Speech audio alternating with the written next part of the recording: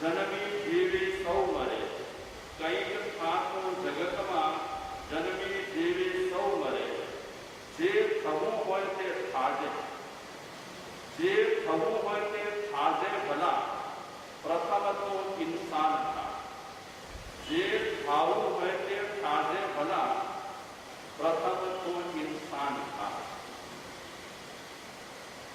જે બનવું હોય તે બનો, કારણ કે જન્મ થયું છે, જે આયુષ્ય હશે તે આપણે ભોગવીશું, અને મરણ અવશ્ય છે. જન્મી જીવી સૌ મરે છે. જીવનમાં કંઈ ખાવા જેવું છે, જે થઈએ તે, પણ પહેલા આપણને ઇન્સાન થવા જેવું છે.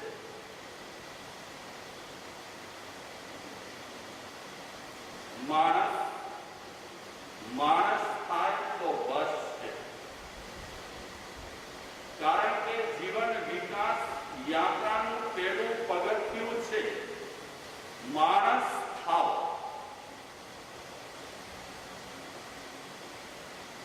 માણસ જ આપણે થયા ન હોઈએ તો સાધુ ક્યાંથી થઈએ, અને આપણે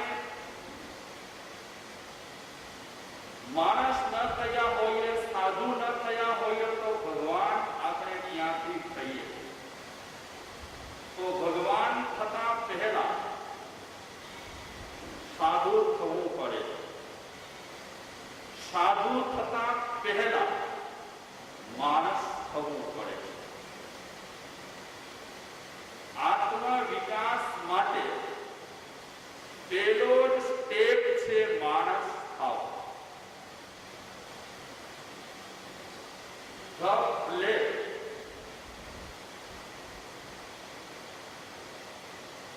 એમાં એક નાનકડો પ્રસંગ આવે છે. ધ પ્લેગની એક કથા રહી છે. એમાં એક સરસ મજાનો નાનકડો પ્રસંગ આવે છે કે કોઈક બગીચામાં 3-4 મિત્રો ભેગા થયા. ભેગા થઈ કરી અને એક ઠેકાણે બેસે છે. બેઠા પછી એમણે કીધું કે આજે આપણને ચર્ચા કરવી છે. શેની ચર્ચા કરવી છે? મારે શું બનવું છે એની ચર્ચા કરવી છે. આજે આપણને નિર્ણય કરવો છે કે કોને શું બનવું. તો ચલો આપણે ચર્ચા ચાલુ કરીએ. બગીચામાં બેઠેલા એ મિત્રોએ વાતની શરૂઆત કરી. એમાં પેલો મિત્ર એને પોતાની ઈચ્છા દર્શાવી કે મારે આ દુનિયામાં સૌથી શ્રેષ્ઠ વૈજ્ઞાનિક બનવું છે.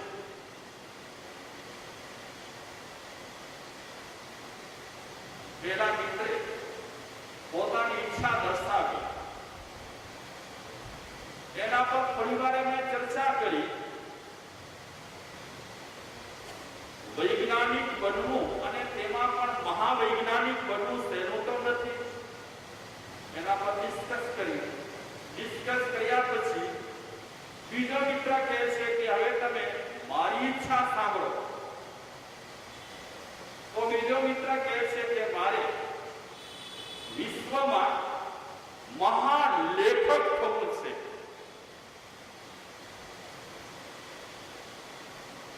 બીજા મિત્રે પોતાની ઈચ્છા પ્રગટ કરી.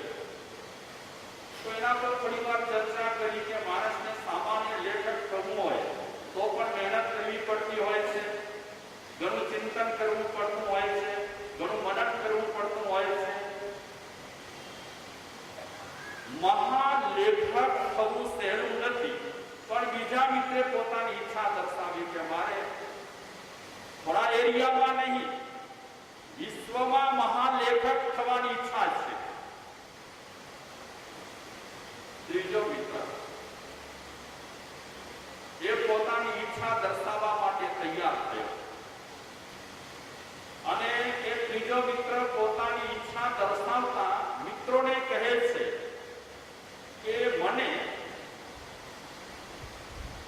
દુનિયામાં ટોચના તત્વવેતા બનવું છે.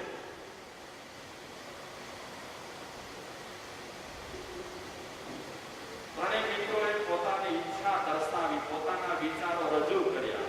એકને મહાવૈજ્ઞાનિક બનવાની ઈચ્છા હતી, બીજાને મહાલેખક બનવાની ઈચ્છા હતી, ત્રીજાને મહાતત્વવેતા બનવાની ઈચ્છા હતી. પણ ચોથો મિત્ર એમને બેઠો હતો. એ જવાબ શોધી રહ્યો હતો, જવાબ તૈયાર કરી રહ્યો હતો. બરાબર આ ચાર મિત્રોની સામે જ સોક્રેટિસ બેઠેલા છે. અને સોક્રેટિસ વિશે તો આપ જાણતા હશો, એ પણ એક મહાચિંતક થઈ ગયા. આ મિત્રોની જ્યારે ચર્ચા ચાલે છે ત્યારે સોક્રેટિસની એ ચર્ચામાં રસ પેદા થયો છે, મજા આવી છે. અને સોક્રેટિસનું વધારે ધ્યાન ચોથા યુવાન પર ગયું છે. પહેલા યુવાન માટે સાંભળ્યું, બીજા યુવાન માટે સાંભળ્યું, ત્રીજા યુવાન માટે સાંભળ્યું, પણ ચોથા યુવાનને શું બનવાની ઈચ્છા છે તે સાંભળવા માટે એને બહુ ઇંતજારી છે.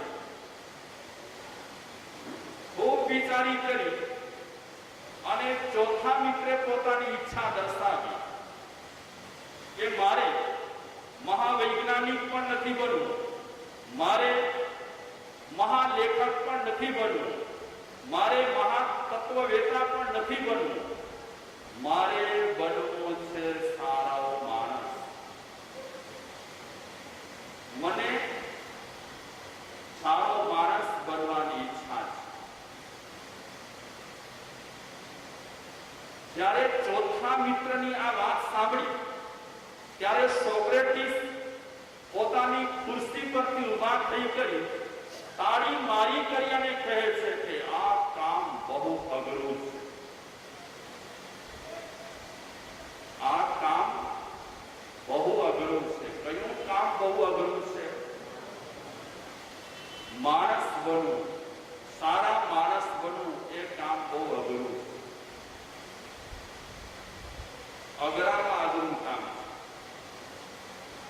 સારા માણસ બનવું. ત્રણ સ્ટેપ રહેલા છે. સારા માણસ બનો, ખરા માણસ બનો, પૂરા માણસ બનો. Gentleman, ગ્રેટમેન, superman. સુપરમેન બનતા પહેલા ગ્રેટમેન બનવું પડે અને ગ્રેટમેન બનતા પહેલા જેન્ટલમેન બનવું પડે. પૂરા માણસ બનતા પહેલા ખરા માણસ બનવું પડે અને ખરા માણસ બનતા પહેલા સારા માણસ બનવું પડે.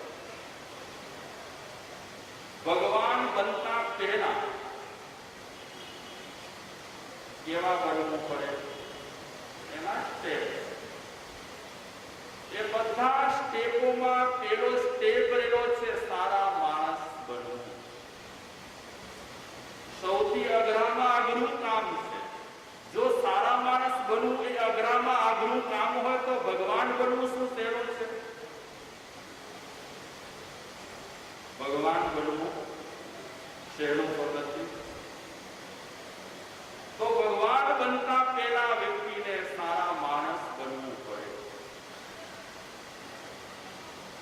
મહાવીર બન્યા પહેલા, મહાવીર તીર્થંકર બન્યા એ પહેલા, મહાવીર ભગવાન બન્યા એ પહેલા મહાવીર સારા માણસ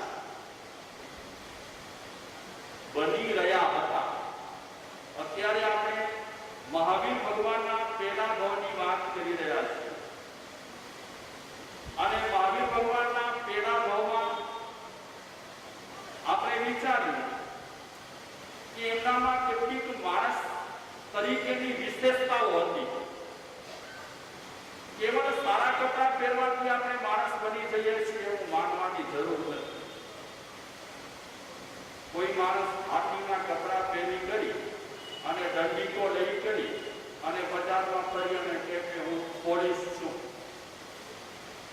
તો કેવળ હાથીના કપડાં પહેરી અને દંડીકો લઈ અને ફરી એટલે માણસો માની લેશે કે પોલીસ છે. એ પોલીસ બનતા પહેલા પણ કંઈક પ્રોસિજર હોય કે ન હોય?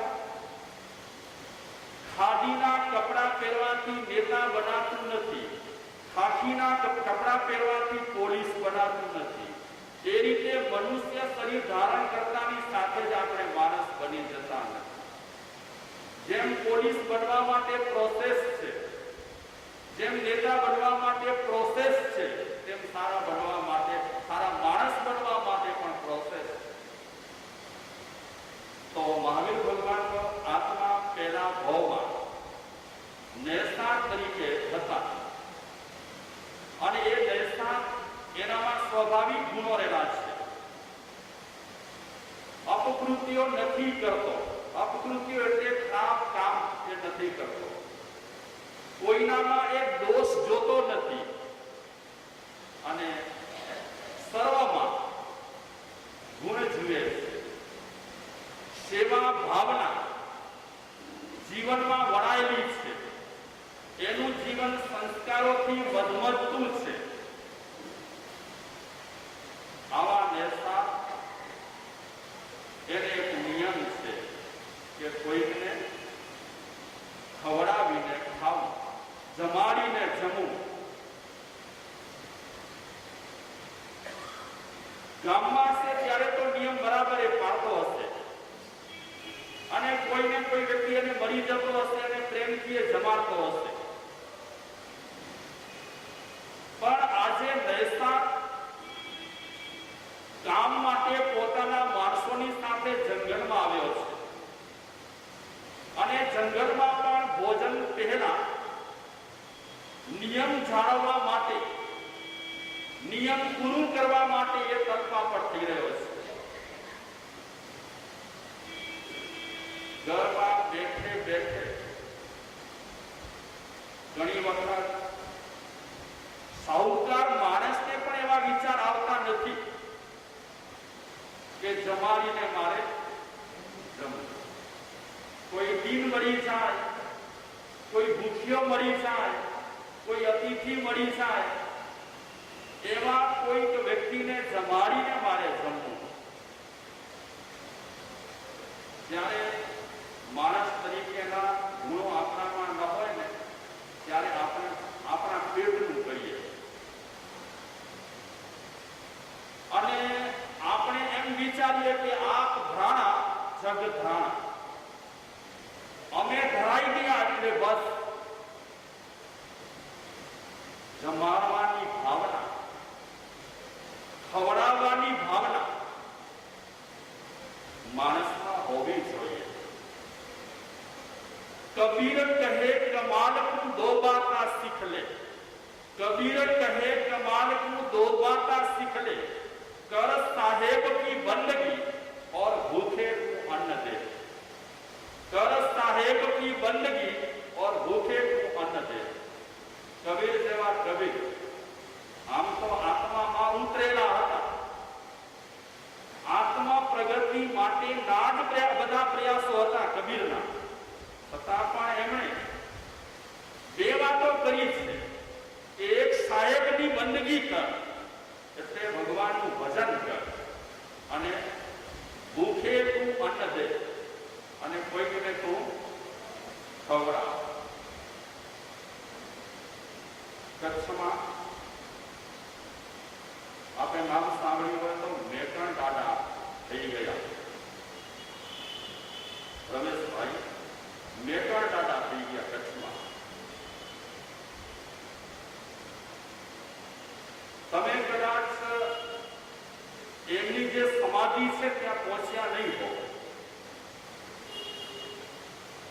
આપણા ભારતના છેવાડે એમની સમાધિ છે, જ્યાં કચ્છનો એન્ડ થાય છે, આપણા ગુજરાતનો એન્ડ થાય છે, ત્યાં એમની સમાધિ છે.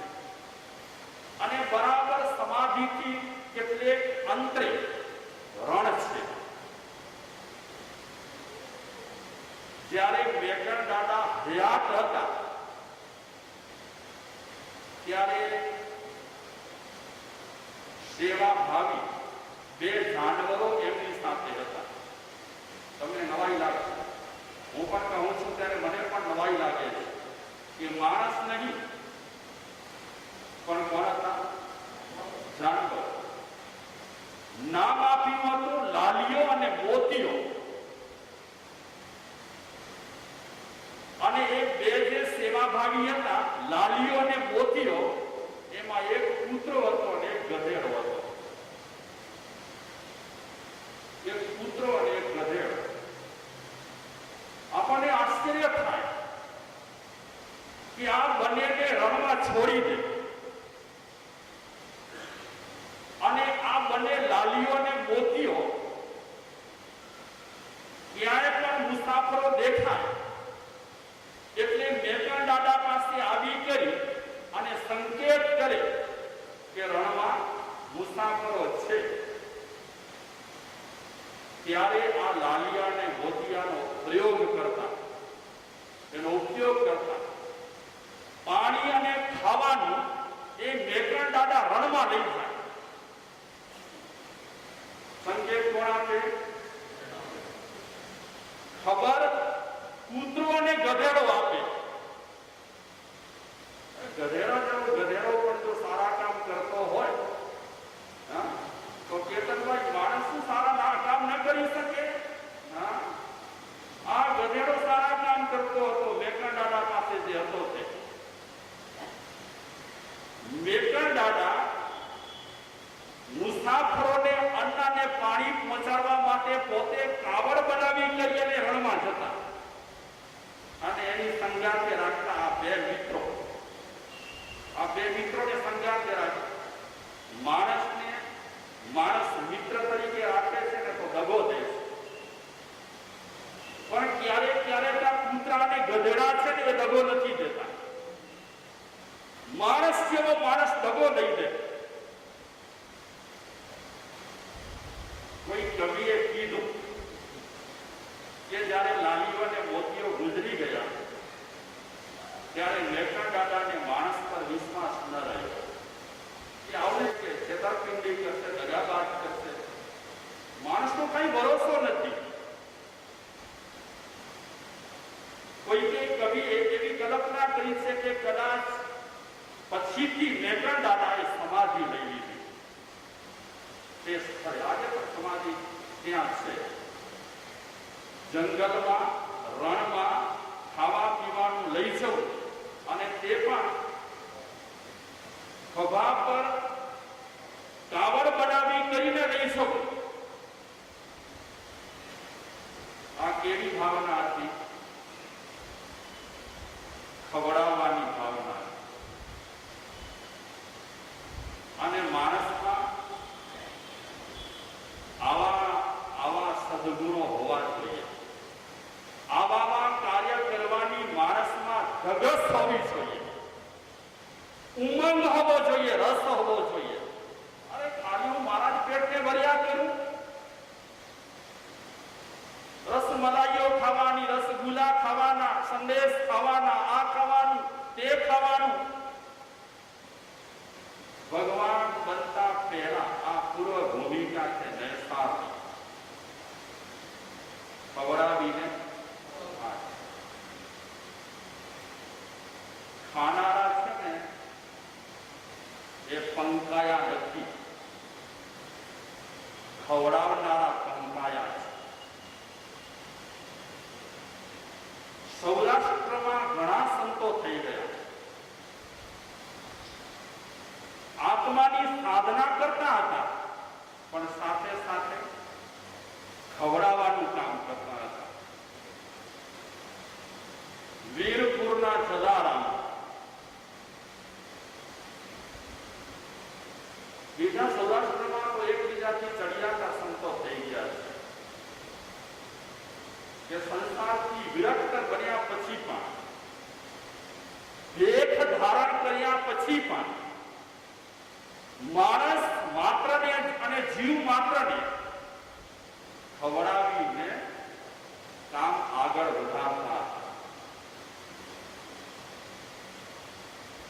આપણે આપણા પેટનું કરીએ ને એમાં કઈ નવીનતા નથી, આશ્ચર્ય જેવું નથી. તો બિચારા જાનવરો પણ પોતાના પેટનું કરે છે, એમાં નવાઈ નથી જરા. પણ માણસ જીવ માત્ર માટે કઈ કરે તો એ વિશેષતા રહેલી છે, અને માણસનું એક કર્તવ્ય પણ રહેલું છે. પ્રભુએ દીધો છે રૂડો રોટલો, પ્રભુએ દીધો છે રૂડો રોટલો રે, રૂડો રોટલો રે. કોઈને ખવડાવીને ખાઓ, કોઈને લઈને રાજી થાઓ. પ્રભુએ દીધો છે રૂડો રોટલો, પ્રભુએ દીધો છે રૂડો રોટલો રે, રૂડો રોટલો રે. કોઈને ખવડાવીને ખાઓ, જરા જોઈને જમતા જાઓ. પ્રભુએ દીધો છે રૂડો રોટલો, ખવડાવીને ખાઓ. कर साहेब की बंदगी और भूखे को अन्न दे. તમે આત્માની બધી પ્રવૃત્તિ કરો. ખરેખર આત્માથી માણસ છે ને કઠોર ના હોય, અને કઠોર હોય કોઈ દિવસ આત્માથી ના. કેવળ આત્માની વાતો કરવાથી પરમાત્મા બનાતું નથી.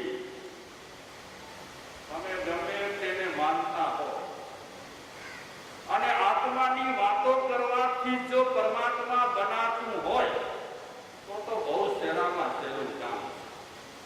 કદાચ સત્સંગમાં બેસી જઈએ, આત્માની મોટી મોટી વાતો વણગા ફૂંકીએ, અને મનથી નક્કી કરી લઈએ ભરતભાઈ કે આપણે ભવિષ્યમાં પરમાત્મા બની જઈશું.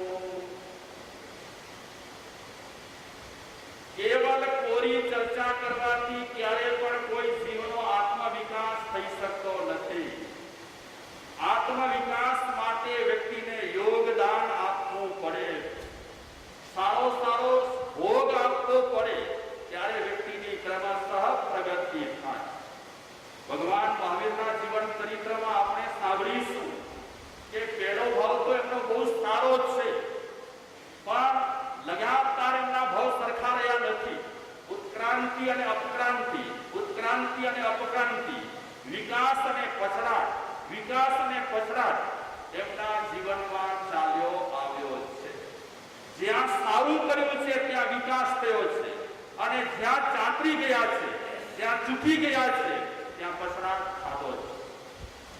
મહાવીર ભગવાન જેવા જીવાત્માને પછડાટ ખાવો પડતો હોય, ત્યાં ચૂક્યા ત્યાં પછડાટ ખાધો. ગમે તે જીવ રહેલો હોય, જો ચૂકશે તો પછડાટ મળશે, મળશે ને મળશે. આ તો કર્મ રાજા છે. એ કર્મ રાજા ક્યારે પણ આવું પાછું નહીં કરે. આ પૈસાદાર છે તો હું કાંઈ નહીં કરું, આ આત્માની વાતો કરે છે તે કાંઈ નહીં કરું. તો નૈસા જંગલમાં છે, અને માણસોને કહે છે, માણસો પંગતમાં બેઠેલા છે, અને માણસો જમવાની ઉતાવળ નથી કરતા. એટલી ઉતાવળ આજે ઘણા લોકોને ભોજન સમારંભમાં હોય કે જલ્દી જલ્દી આપણે ખાઈને ભાગીએ, આ જમેલામાંથી છૂટીએ. માણસને આજે જીવતા તો ભલે સરખું નથી આવડતું, આખાય સરખું નથી આવડતું, અને ખબર નહીં એને શું બનવું છે. અરે નિરાંતે પડાથી મારીને તો ખાઓ જરા. અરે કુદરતે સરસ મજાની વસ્તુઓ બનાવી છે, એની થોડી લહેજત તો લો.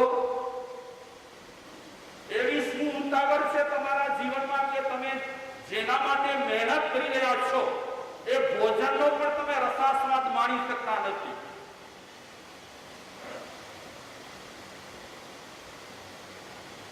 રસોઈ ક્યાંથી લઈ આવ્યો છે? હો મહેસા ક્યાંથી? હા, ભોજનશાળામાંથી નહીં. હા, નિમેશભાઈ એમ કહે છે ભોજનશાળામાંથી. હા, હોટલમાંથી મહેસાણ ભોજન નથી લાવ્યો, ઇડલી પીટલી નથી લાવ્યો હોટલમાંથી. ખબર નહીં હવે તમારી તો હાલત કેવી થઈ ગઈ છે. રસ્તા પર બનતી ઇડલીઓ અને ચટણીઓ લાવો અને પછી સાધુ સંતોને પણ ઓરાવો. મહારાજ સાહેબ આજે તો તમે બહુ મોટો લાભ આપી દીધો.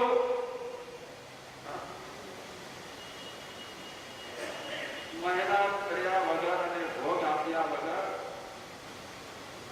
આત્મવિકાસ થઈ નથી. ભોજનની વાત આવી છે તે મારે કહેવું પડે. પણ એક વાત હતી ને કહી છે, અન્નનો બગાડ કરવા જેવો નથી.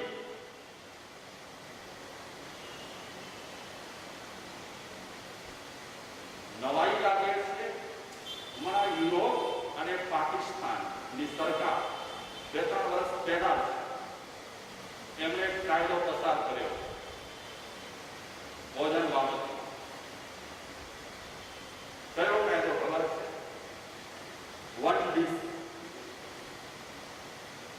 વન ડિશ કાયદો વિદેશની 2 સરકારે પસાર કર્યો અને એમાંથી આપણા દેશની સરકારે પ્રેરણા લીધી.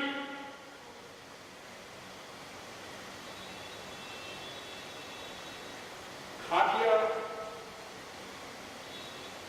એકમના જે કોઈ હશે લોકો, રાષ્ટ્રના જે અગ્રગણ્ય લોકો રહેલા હતા એમની મીટિંગ ભરી અને મીટિંગમાં ભ્રષ્ટાચાર નાબૂદીની ચર્ચા કરવાની નહીં, બીજી પણ કઈ ચર્ચા કરવાની નહીં. એક ચર્ચા માટે મીટિંગ ભરી હતી. કઈ ચર્ચા? કે વિદેશમાં અન્નનો બગાડ ન થાય એટલા માટે વન ડિશનો કાયદો પસાર થતો હોય તો આપણા દેશમાં કેમ નહીં? અને વન ડિશ એટલે દાળ, શાક, ભાત, એક મીઠાઈ. દાળ, ભાત, શાક, મીઠાઈ અને માની લો પૂરી. આ વન ડિશ. આપણા દેશમાં આ પ્રણાલિકા હતી વન ડિશની, પણ શ્રીમંતોએ પ્રદર્શન કર્યા પૈસાના.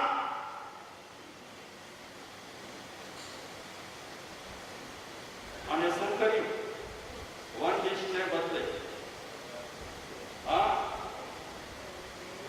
અને શ્રીમંતોની સાહુકારીને જોઈ કરી અને મધ્યમ વર્ગના લોકોએ એ લાઈન લીધી કે એક ભોજન સમારંભમાં રેન્જ હોય. કાઠિયાવાડી અલગ, પંજાબી અલગ, ગુજરાતી ખાણું અલગ, કચ્છી ખાણું અલગ. આ પ્રદર્શન છે પૈસા પ્રદર્શન. અને આપણા ઘરે વાત ઉતરતી નથી. ભોજન બચાવ માટે છે. અન્ન બગાડ ન થાય એની વાત હજી પણ ઘણા લોકોના મગજમાં ઉતરતી નથી. આપણે ત્યાં ભોજન સમારંભો યોજાય ત્યારે એ ભોજન સમારંભોમાં વન ડિશની તો પ્રણાલિકા નથી જ, એની સાથે સાથે બગાડ કેટલો થઈ રહ્યો છે. કેટલો બગાડ થાય છે. અને એક દેશમાં મેં વાંચ્યું, એક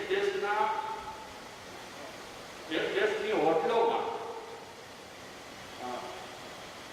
સમાજ સુરક્ષા ના અધિકારીઓ કરતા કાર્યક્રમ જર્મનીમાં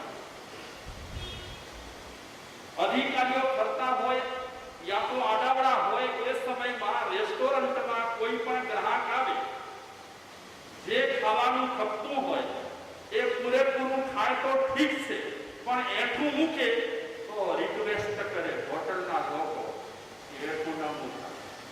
કયા દેશની વાત છે? આ જર્મન. આપણે તો ખબર નહીં હવે કઈ દિશામાં જઈ રહ્યા છે. સાઉકાઈના પ્રદર્શન કરવાની પણ મર્યાદા હોય. ધર્મના નામે પણ કેટલા સમારંભોમાં આપણે દેખાડા કરીએ છીએ, અને દેખાડા કર્યા પછી સેલેબરી વાત કરીએ જીવદયા. આ તો આપણે શું કરી રહ્યા છીએ ખબર છે? ધર્મના કાયદાઓની હાંસી ઉડાવી રહ્યા છે.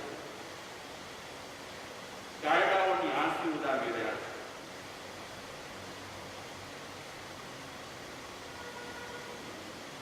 જૈનનું ભોજન સમારંભ હોય અને જૈન લોકોને સૂચનાઓ આપવી પડે કે એટલું મૂકતા નહીં. તો આટલા વર્ષથી તમે ધુરંધરોના પ્રવચનો સાંભળ્યા, તો એ પ્રવચનોમાંથી તમે સાર શું લીધો? કે ખાલી સાંભળવા ખાતર સાંભળ્યું? મારા સાહેબ તમારા વ્યાખ્યાન બહુ સરસ રહેલા છે, પણ સરસ વ્યાખ્યાનો સાંભળ્યા પછી કઈ ફેરબદલી થઈ કે વહી રફતા?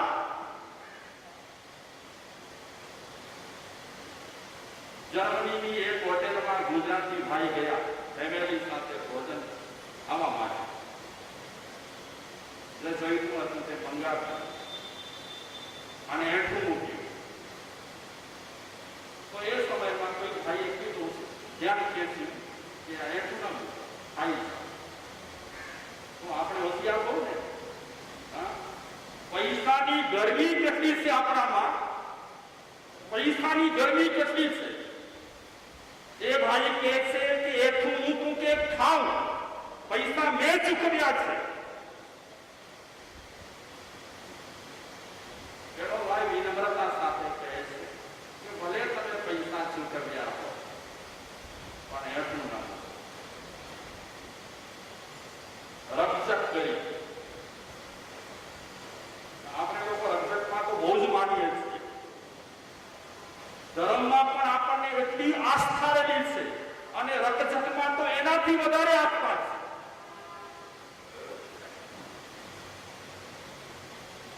ગુજરાતી ભાઈ દલીલો કરે છે, વટ વાપરે છે પોતાનો.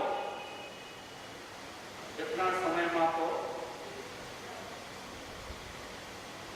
સમાજ સુરક્ષાના અધિકારીઓ આવી ગયા.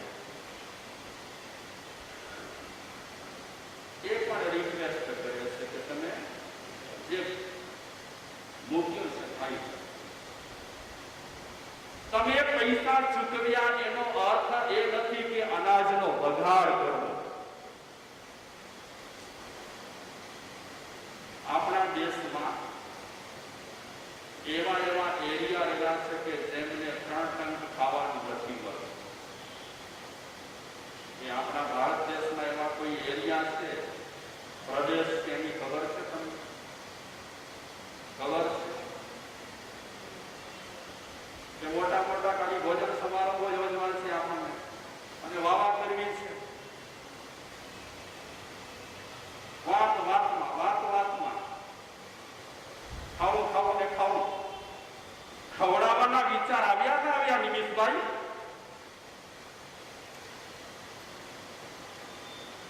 કયા પ્રદેશમાં એવા લોકો છે આપણા ભારતમાં જે બિચારા ભોજન માટે, અનાજ માટે તડવડે છે? બિહાર સિવાય કોઈ છે? બિહાર સિવાય કોઈ છે જેના બચ્ચાઓ એમના પગ કાગડાના પગ જેવા દેખાય, કે અંદર ઘૂસી ગયા હોય, ખાવા માટે તડવડતા હોય? આવી પરિસ્થિતિમાં અનાજ એઠું મૂકવું અને અનાજનો બગાડ કરવો એ આપણા દેશ માટે અને આપણા માટે જરાય શોભાસ્પદ નથી. ખરેખર 21મી પ્રેરણા છે ને ભારત માટે બીજા લોકોને લેવી જોઈએ, એના બદલે આજે બીજા દેશના લોકોએ આ કાયદો પસાર કર્યો ત્યારે આપણા દેશના લોકોએ પ્રેરણા લીધી છે. તો કઈ સંસ્કૃતિ સારી? અને આપણા દેશમાં જ્યારે આ મીટિંગ ચાલુ થઈ ને ત્યારે એના પર લોકોએ કોમેન્ટ કર્યા. કોમેન્ટ શું કહેવાય? કે આપણા દેશ માટે આ બરાબર. હંમેશા માણસોને કોમેન્ટમાં બહુ હોશિયાર છે, બહુ હોશિયાર છે.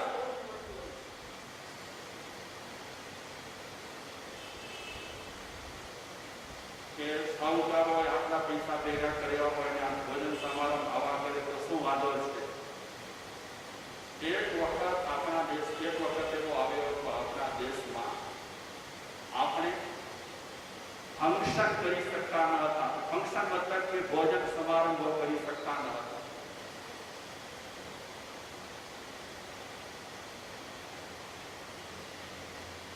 વાત આપણે રેસ્ટોરન્ટ કરીએ છીએ અધૂરી.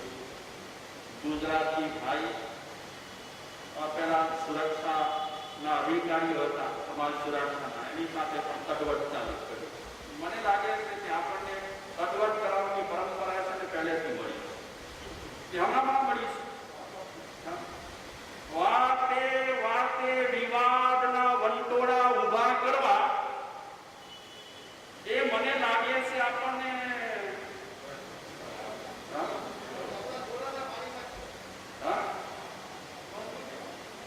બદનામ ન કરો બાપા આખા ગુજરાતને બચાવ. હમણાં તો ખબર નહીં, આપણે એટલા વિવાદોમાં ઉતરી ગયા છીએ, એટલા વિવાદોમાં ઉતરી ગયા છીએ. ધર્મ એક બાજુ, ધર્મ ગુરુઓ બીજી બાજુ. આપણે આપણું વગાડવામાં જ હોશિયારી માની રહ્યા છીએ. સુરક્ષા સમાજ સુરક્ષાનો અધિકારી ગુજરાતી ભાઈને કહે છે કે ભાઈ તમે બહુ બોલો નહીં, આ લોક ચિઠ્ઠી આટલો દંડ તમે ભરપાઈ કરો. પછી તો કાયદો આવી, સીધે સીધો નિયમ આવી,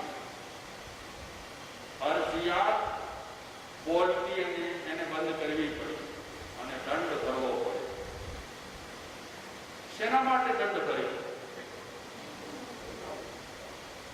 એકઠું મૂક્યું, ભલે પોતાના પૈસેથી અનાજ લીધું હતું, ભોજન લીધું હતું, પણ બગાડ કર્યું તો દંડ ભરવો પડે. આપણા દેશમાં આવા કાયદા ચાલે?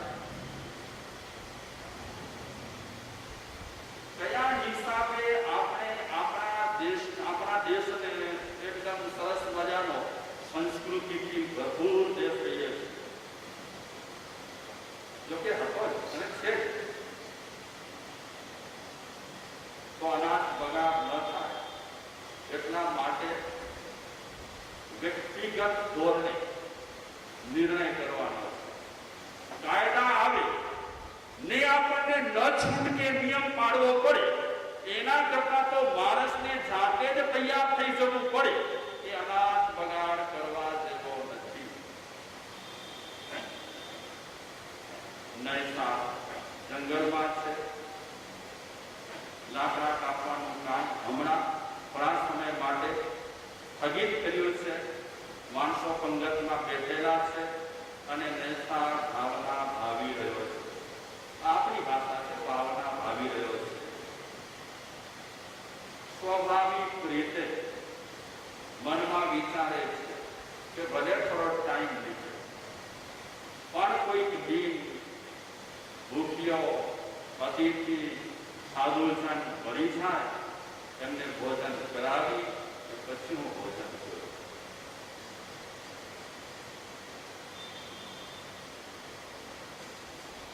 કોઈ ગામમાં કોઈ ઘરે એક મહેમાન આવ્યા.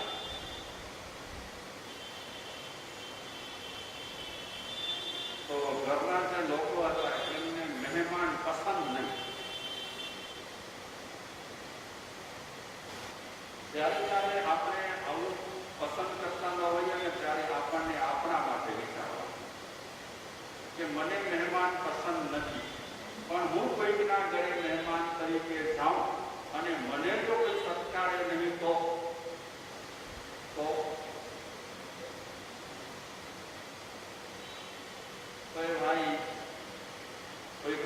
ગયા મહેમાન તરીકે ધર્મપત્ની પતિદેવ રસોડામાં જઈને ચર્ચા કરી કે આવી ગયા છે સવારના પહોર. હવે એ તો ક્યારે જાય કઈ ખબર નહીં. એક વખતે માણસોના એવા વિચાર હતા કે મહેમાન ક્યાંથી, એવા વિચાર હતા. અને કવિઓએ પણ એના માટે બહુ સારી સારી વાતો કરી છે. મહેમાનોને માન દિલ ભરી દીધા નહીં, મહેમાનોને માન દિલ ભરી દીધા નહીં, મંદિર નહીં મસાણ સાચો સ્વરથીયો પડે. જે ઘરમાં મહેમાનોને માન મળતું નથી, અતિથિઓને સત્કાર મળતો નથી, આવકાર મળતો નથી, એ હકીકતમાં મંદિર એટલે ઘર નથી, પણ એ મંદિર નહીં મસાણ સાચો સ્વરથીયો પડે. તો મસલત કરે છે પતિ પત્ની રસોડામાં કે આવી ગયા છે. તો બને મસલત કરી અને એક પ્લાન ઘડ્યો. આવા પ્લાન આપણને ઘડવા હોય તો બુદ્ધિ બહુ આપણની સતેજ થઈ જાય. ઘર આપણે બુદ્ધિ આવી જાય. નરસા કામમાં આપણી બુદ્ધિ છે ને એટલી સતેજ બની જાય. અને સારા કામમાં ઘણી વખત આપણે બુદ્ધિનો ઉપયોગ ના કરીએ.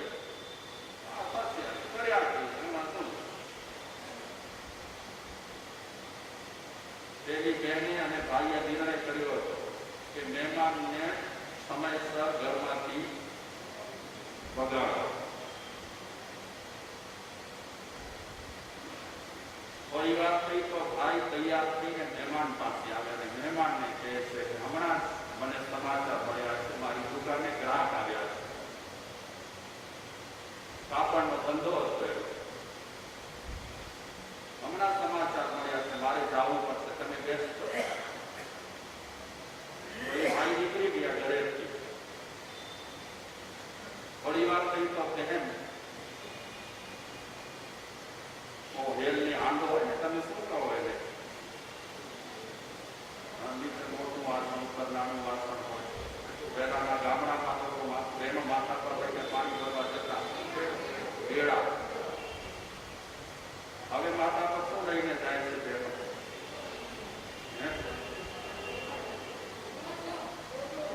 હવે માથા પર બોજા એટલા થઈ ગયા છે કે બેડા ઉપાડી શકાય તેમ નથી.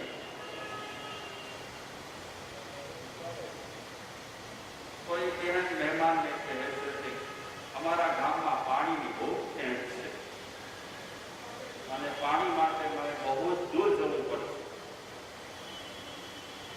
કદાચ મને મોડું વહેલું થાય ને તો દરવાજા અડકાવી દેજો, એટલે કે વાંચી દેજો. કેટલા ગુજરાતી શબ્દ એવો હોય, તમે શું કહો? દરવાજા બંધ પાડો,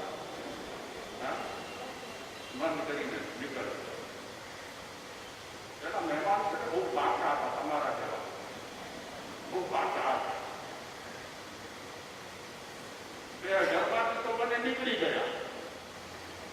મહેમાન વિચારે છે આ લોકોએ હું ઘરમાંથી નીકળી જાઉં એના માટે આ કેવો નાટક કર્યો છે. પણ ઠીક, કાંઈ વાંધો નહીં, કાંઈ વાંધો નહીં, આવી ગયો છું,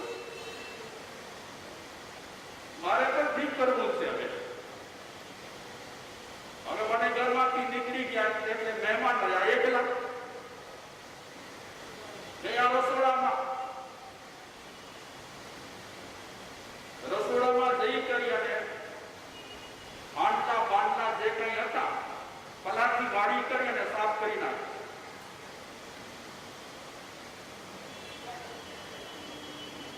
આમ ચાલુમાં જેટલું થાય એનાથી બધું ખાધું, કારણ કે એકલો જ હતો. પીરસતા હોય તો આપણને થોડી મર્યાદા રાખવી પડે, અને આપણે પોતે જ પીરસતા હોય તો એમ પછી મર્યાદા હોય. એમાં તો બે વાળાને બદલે પછી આપણે બેવડા ખાઈએ તો ભાઈ ખાઈ બી બરાબર. અને એમના ઘરમાં માળો હતો, એ મારા પર સૂઈ ગયો. દરવાજા એમ જ બંધ છે. કેટલોક સમય નીકળી ગયા પછી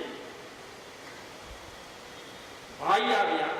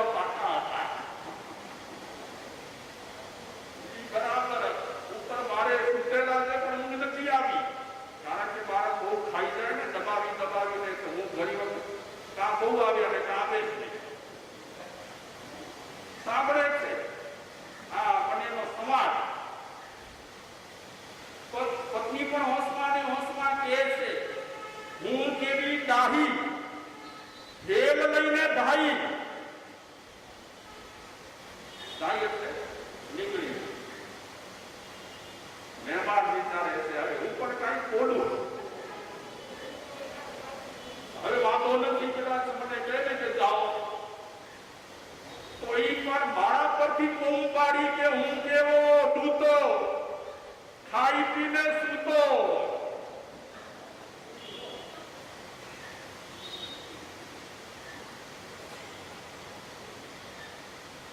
બસ સમજી ગયા ભાઈઓ, ભાઈ બહેન, પતિ પત્ની કે આસપાસનું જે આયોજન હતું, રસોડામાં પત્ની ગયા જોયું તો બધું ઊંધું પડ્યું છે, ખાલી ખપ. માથાના મળ્યા મહેમાન, ઠીક છે, જમાડી અને જન્મ. કોઈ પણ મહાપુરુષનું જીવન ચરિત્ર જુઓ, કોઈ પણ મહાપુરુષનું જીવન ચરિત્ર લગભગ મહાપુરુષના જીવન ચરિત્રમાં ક્યાંક ક્યાંક ક્યાંક ખવડાવવાની વાત આવશે આવશે આવશે. સંભવનાથ ભગવાન કેટલામાં તીર્થંકર, સંભવનાથ ભગવાન ત્રીજા તીર્થંકર, ત્રીજા ભાવમાં દુષ્કાળ પડ્યો ત્યારે લોકો માટે એમણે ભોજનની ભક્તિ કરી હતી.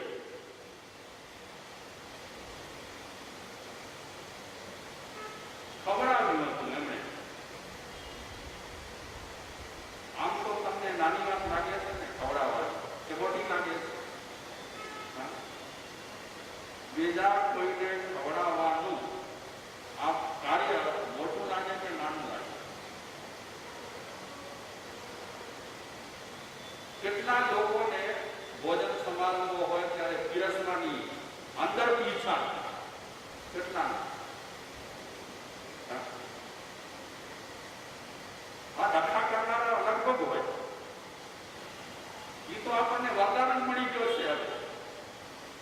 હવે વરદાન જ મળી ગયો છે. ગમે તે પ્રસંગ હોય,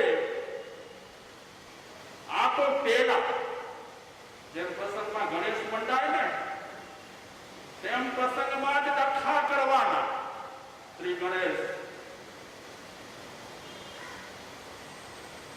ક્યાં આત્માની વાતો, ક્યાં પરમાત્માની વાતો, ક્યાં સાધનાની વાતો, ક્યાં આપણે પહોંચી ગયા છે, ક્યાં પહોંચી ગયા છે. નથી લાગતું કે કાંક બદલાઈ ગયું લાગે છે. રસ્તો આપણે ચાતરી તો નથી ગયા ને.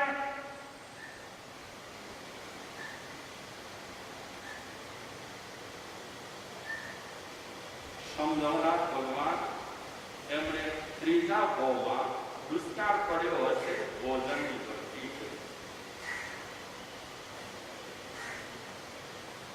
કાઠિયાવાડમાં તો એવા એવા મહાન સંતો થઈ ગયા છે કે એમણે સદાવ્રત ચાલુ કર્યા. સદાવ્રત તમને તો બધાને ખબર જ હશે.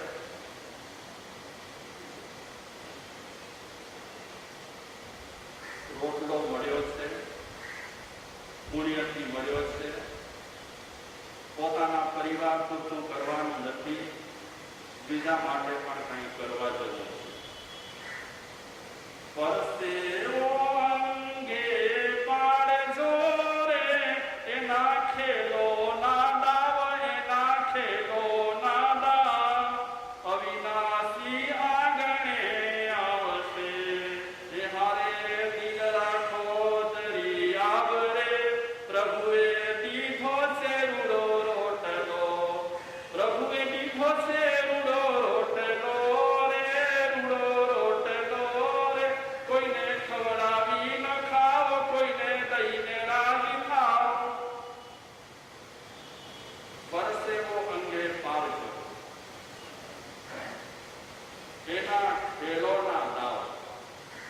નાટક ન કરો. તમારી પત્ની સારી હોય તો ખવડાવતા રહો. તમને તો ખબર છે ને, પેટરપાળમાં બિરાજમાન ગુરુદેવ, એમના રગે રગમાં આ વાત વણાયેલી છે. કોઈ પણ મહેમાન આવે, પૈસાદાર હોય કે સામાન્ય હોય, પેલા શું કહે? ચલો ચા પાણી કરી આવો, નાસ્તા પાણી કરી આવો, ગમે તે. અને અમારી હાજરીમાં એક પ્રસંગ બન્યો. સાંજે અમે જ્યારે એમની પાસે દર્શન કરવા ગયા, સત્સંગ કરવા ગયા, ત્યારે તેમણે ખેદ વ્યક્ત કર્યો કે આજે મહેમાનોને સન્માનવા કેમ કોઈ દેખાડ્યું નથી? મારે ત્યાં મહેમાન આવે અને કાંઈ લીધા વગર જાય. આજે કેમ કોઈ પાણીનો ગ્લાસ આપવા પણ હાજર ન રહ્યો? અને એ કહેતા કે આતિથ્ય સત્કારથી નુકસાની બિલકુલ નથી, ફાયદા અપરંપાર છે. પોતે કહેતા આતિથ્ય સત્કારથી નુકસાની બિલકુલ નથી, ફાયદા ખૂબ છે. જે પ્રસંગ બન્યો સાંજે, એ પ્રસંગને એ વાગવડતા રહ્યા. આજે મહેમાન આવ્યા, હું તો ચાલી શકતો નથી, નહીં તો દોડીને જાઉં અને કોઈકને કહું કે મહેમાન આવ્યા. આ 91-92 વર્ષના સંત એમ કહેતા હોય કે અત્યારે કમજોરી આવી ગઈ છે, હું ચાલી શકતો નથી, નહીં તો દોડીને જાઉં અને લોકોને કહું અમે તો કરી શકતા નથી, તમે તો કરો. અને ગ્રહસ્થનું આભૂષણ છે. કયું આભૂષણ?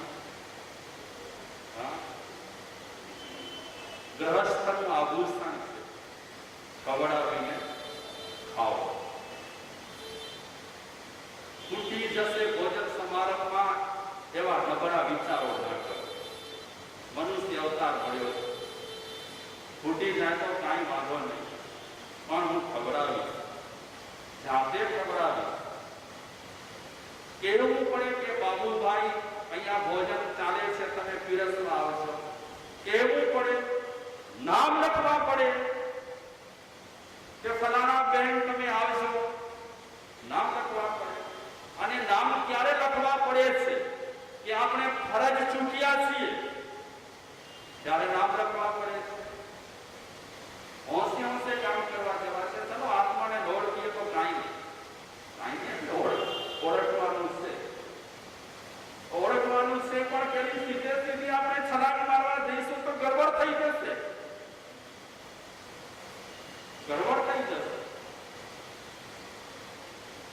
આ બધી પ્રાથમિક પ્રવૃત્તિઓ છે. આધ્યાત્મિક વિકાસ માટેની આ પૂર્વ ભૂમિકા છે. પરસેવો અંગે પારજો, એના ફેરોના દાવ. એનો અર્થ એ કર્યો છે કે તમે કોઈ પણ કામને ઝઘડાનો રૂપ ના આપો. કોઈ પણ કામને તમે ઝઘડાનો રૂપ ના આપો. દાવ ખેલવા જેવા નથી, ખોટા. કાંઈક મહેનત કરો અને તબિયત ન ચાલે તો તમે અંગુલી નિર્દેશ કરો, પણ ખોટા દાવ ખેલો નહીં. અવિનાશી આંગણે આવશે. કોણ આવશે આંગણે? અવિનાશી ભગવાન. કાઠિયાવાડમાં કહેવત છે, જો તે ટુકડો તો હરી ઢુકડો. જો તે ટુકડો તો હરી ઢુકડો. ના સમજ્યા? ટુકડો આપો, હરી ટુકડો આવશે. ખેંદલ ખોટા, પછી માં ખેંદલ ખોટા, મેળવી દલ મોઠા, ખાનારા પૂરા થયા ગયા. અને મેળવનારા પણ ગયા, ભેગું કરનારા પણ ગયા અને ખાલી ખાનારા પણ ગયા. ખેદલ ખોટા મેળવી દલ મોટા, વૈકુંઠજી વાટ તે દીધલ જઠા. એટલે મોક્ષના રસ્તા પર મેં કેવા લોકોને જોયા? દેનારાઓ દેખાયા મોક્ષના રસ્તા પર. ક્યાં જવું છે આપણને બધાને? પેલા મારે બીજા મારે